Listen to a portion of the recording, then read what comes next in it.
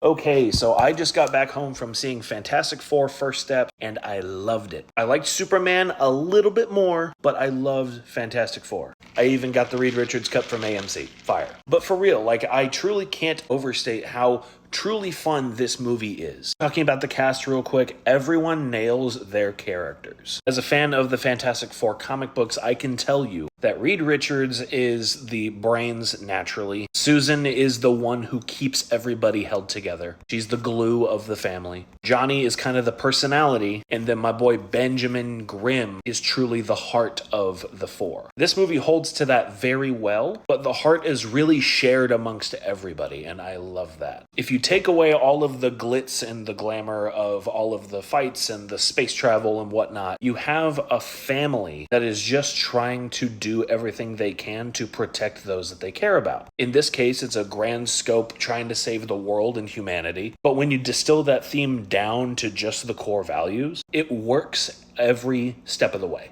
I wasn't pulled out of the story by any means of the movie. I had a dude who was on his phone some of the time, and that was kind of annoying. He was sitting right next to me, so that kind of pulled me out. But that's no fault of the movie, absolutely. But the action, the direction, the way that the characters were handled were all brilliant. And at the end of the day, this movie understands the assignment. One, it's making the Fantastic Four work in a movie. As much as I love the Tim Story movies from when I was a kid, it doesn't really work as an adult. But it understands the assignment of making them work on the big screen and helping restore the image to the general public of Marvel Studios as a studio, and showing that they can really make good movies like they used to from 2008 through 2018, when they were more hits than misses. They have 2 hits on their hands this year, and Thunderbolts really should have done better. At the end of the day, they have 2 very good movies. And because of how awesome Superman is doing, it's only going to help the Fantastic Four, because people are excited to go back to the movies and be inspired to see something fun, to see something that's going to make them feel